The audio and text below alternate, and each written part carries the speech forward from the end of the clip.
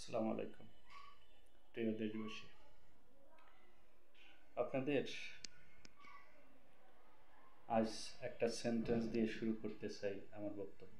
সে হলো, রাতভর চলে গুজব আর বদনাম, সকালে উঠে দেখি ফুটফুটে সূর্যের আলোয় ঝলমলে বাংলাদেশ।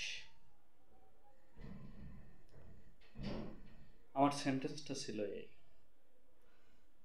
এখন কথা হলো যে রাতভর গুজব চলে কোথায়?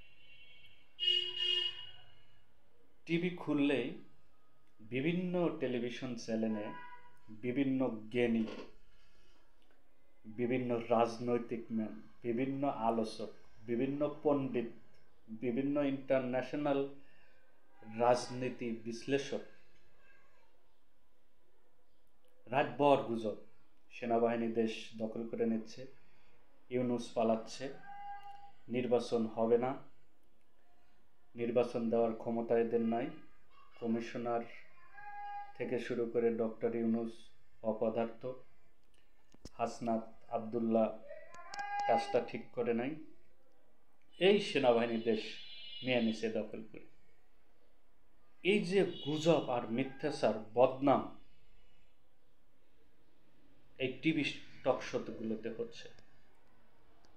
এক নম্বর হচ্ছে ডক্টর কামাল, সাংবাদিক কামাল, মাসুদ কামাল, আরও কয়েকটা সাংবাদিক আছে, ওই নিজুম মজুমদার, ওই কিছু আপনার বিশ্ববিদ্যালয়ের প্রক্টর, এরা টক শোতে এসে নানান ধরনের গুজব ছড়ায়,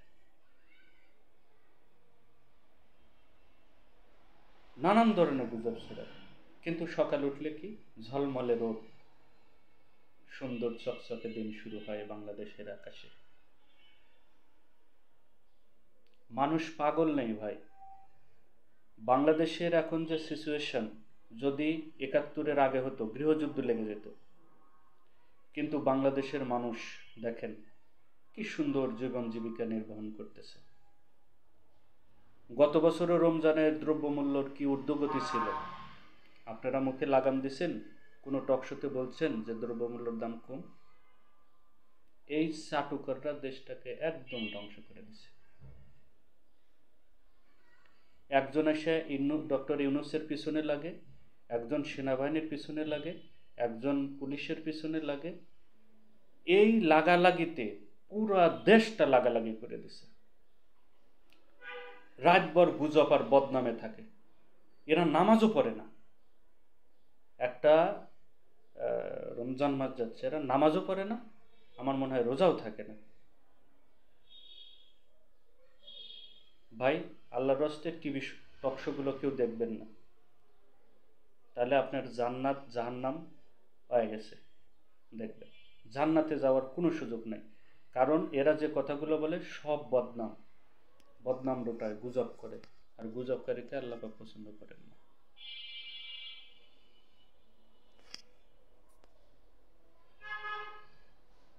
সেনাবাহিনীর রোল সেনাবাহিনী করবে, পুলিশের রোল পুলিশ করবে, তত্ত্বাবধায়ক সরকারের রোল তত্ত্বাবধায়ক সরকার করবে। আপনি যেখানে আছেন আপনি সেই রোল অনুসরণ করেন। আপনি রাতভর গুজব লটেন কেন? ভালো থাকেন, সুস্থ থাকেন। আমার কথাগুলো একটু করা হলেও সুস্থ মস্তিষ্কে বোঝার চেষ্টা করবেন। দেশ ভালো চলছে, ভালো চলবে, এবং সবাই মিলে চেষ্টা করেন। আল্লাহ হাফেজ, ভালো থাকেন, সুস্থ থাকেন।